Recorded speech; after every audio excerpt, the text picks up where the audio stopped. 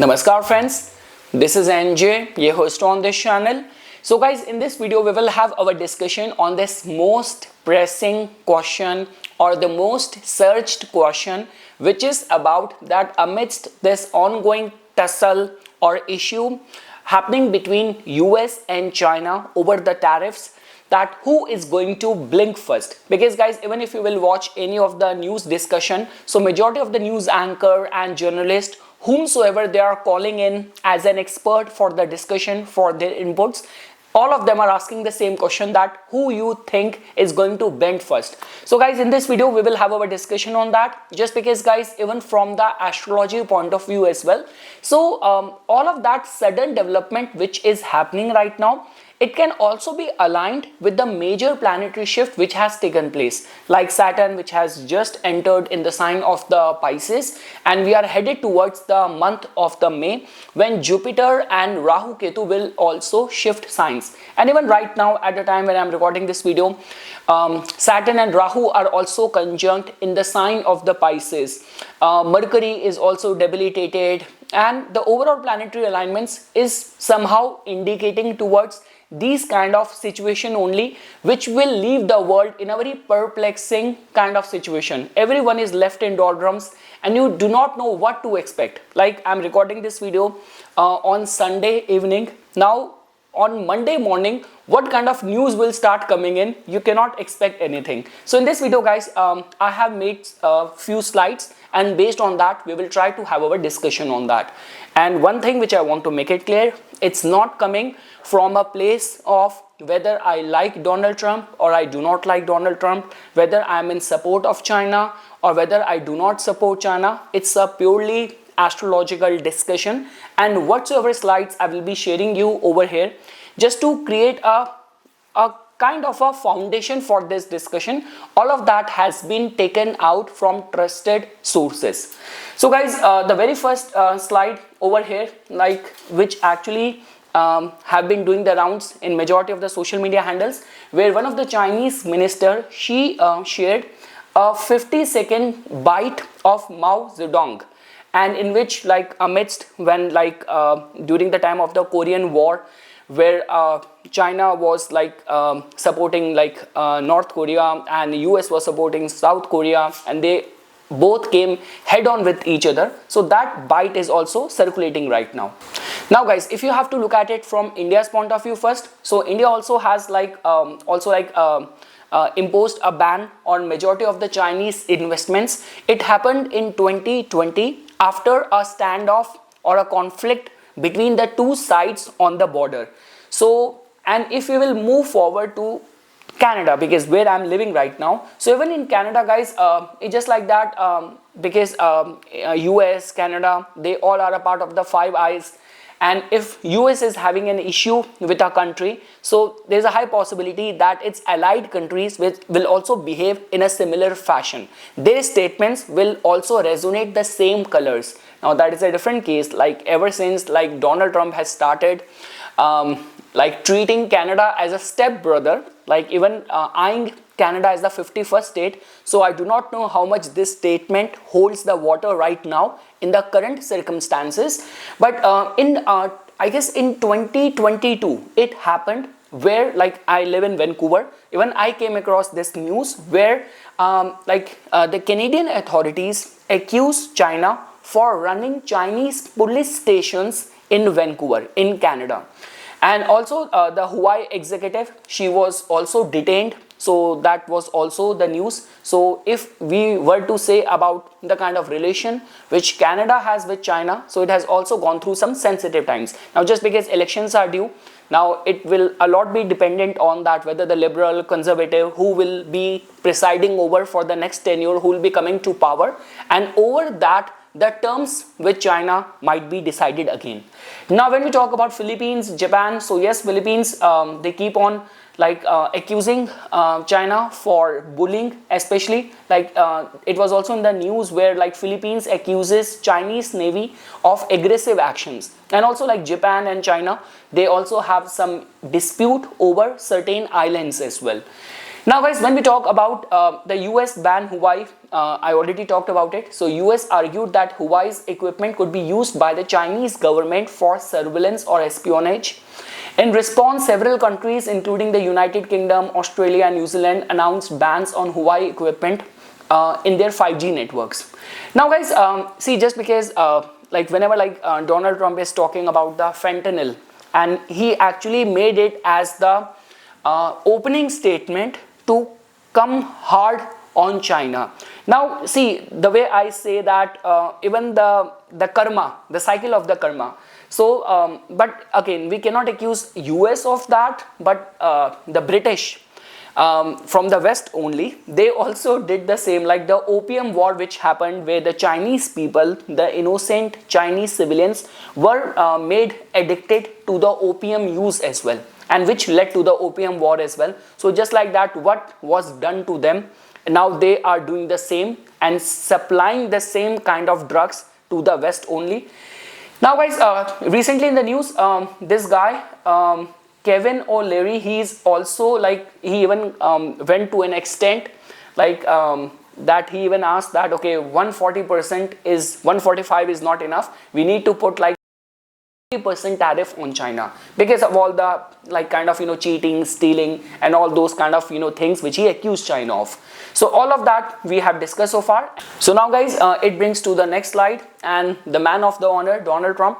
So beyond any doubt, it's like Donald Trump is redefining even the way the right leaders act. Like generally the reputation which the right-wing leader is that they dodge or they shy away from the media confrontation, but he's amongst those. He knew this thing that okay, if the CNN journalist is going to be asking a scathing question, he will straight away dive into it and take her question first, like CNN question first, I mean to say. So now guys, after all of that, now it brings us to our focal point of our today's discussion, which is about what planets are indicating. So now guys, after building up all the foundation, now we will shift our discussion to our core topic, which is about what planets from the cosmos are indicating. So guys, if you will first take up the case of the China. So in China's case guys, and before that as well, if you remember, in majority of my mundane astrology videos, I mentioned this thing that whatever planetary shift is happening right now, it is actually giving competitive edge and leverage to the Virgo rising countries like Russia and Israel. Like whatsoever issues they are currently dealing with, it is somehow giving them a leverage. Like this could be for Russia, they have battled with the sanctions in past couple of years, but now just because Donald Trump gave them a relief when he was like imposing tariff on the whole countries all around the world, even for in terms of the Israel as well, whatever plans they have in that geographical location, somehow stars are supporting them. Now guys, when we talk about from China's point of view, so now what is happening is that in China's case, they have got a Capricorn rising and moon is also placed over there. So their energy is strongly being ruled and governed by the Saturn, and even Saturn more than the Aquarians, it is the pure Capricorn energy. Now looking at their like very accentuated 9th house, you can fairly get an idea about that their economy being booming because of the export.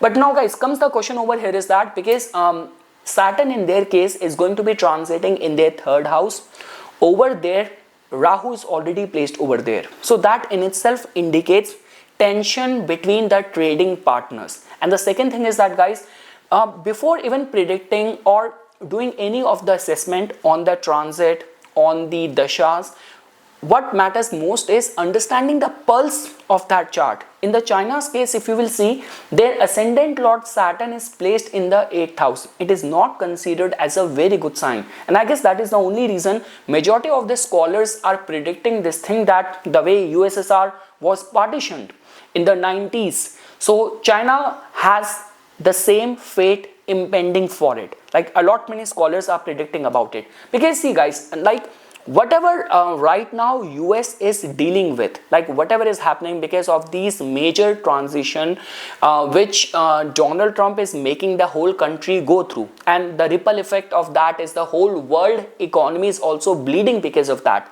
But what US is dealing with right now, because in their case Saturn has entered in their 8th house, the same impact, like right now China is presenting itself as impenetrable because of the tariff threat given by the Donald Trump. But the impact of that will come after 2.5 years when Saturn will move into the Aries and it will get debilitated in China's 4th house. Because guys, you are only able to maintain law and order and not having any issue amongst the anarchy and lawlessness within the country as long as there is no issue of economy going down, there is no issue of the unemployment.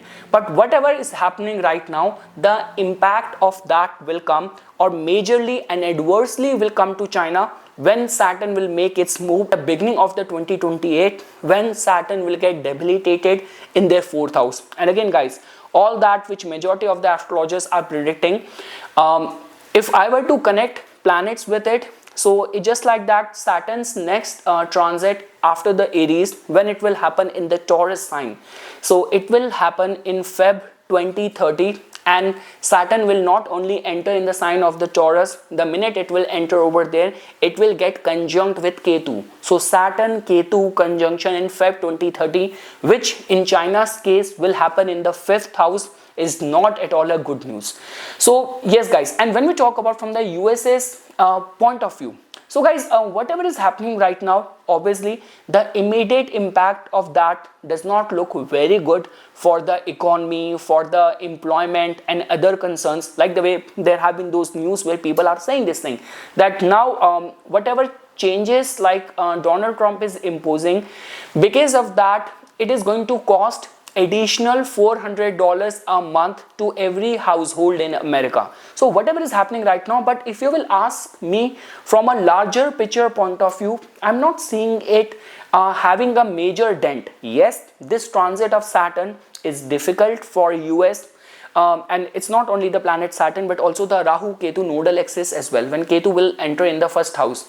So that is going to be very detrimental in terms of the instability in how you manage your finances, your household expenses. But again guys, I can assure you, it just this transit of Saturn in the Pisces, when Saturn will move in the Aries, it is going to be slightly better for US. And when like Saturn will move to the Taurus in the 10th house and it is going to get conjunct with Ketu, that is going to be the time when all of that Donald Trump is promising, like make America great again, all that manufacturing could be happened indigenously or within the country only. So all that transition and all that all that step he's taking right now, the impact of that will come. You still have to give it another 5 years. That is all what I'm trying to say. But yes guys, if you have to talk from China's point of view, whatever is happening right now, it does not look like to be a very good news when Saturn is transiting over your natal Rahu. It's not at all a good news. And yes, when Saturn will get debilitated,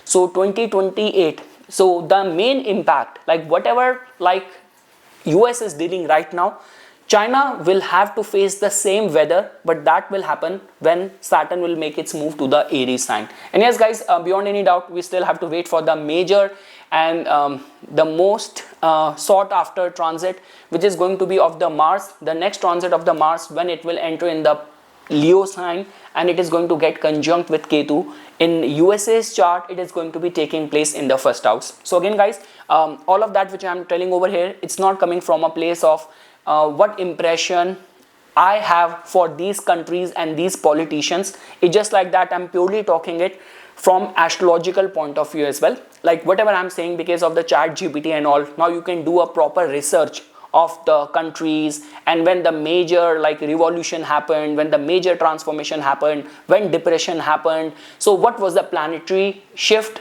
and alignment during that time, you can actually connect the dots like that. So yes guys, this is something which I wanted to say as a part of my inputs. For further more updates and notification on the divine science of Vedic astrology, please subscribe to my YouTube channel and follow me on my Instagram account. Dhanyavad.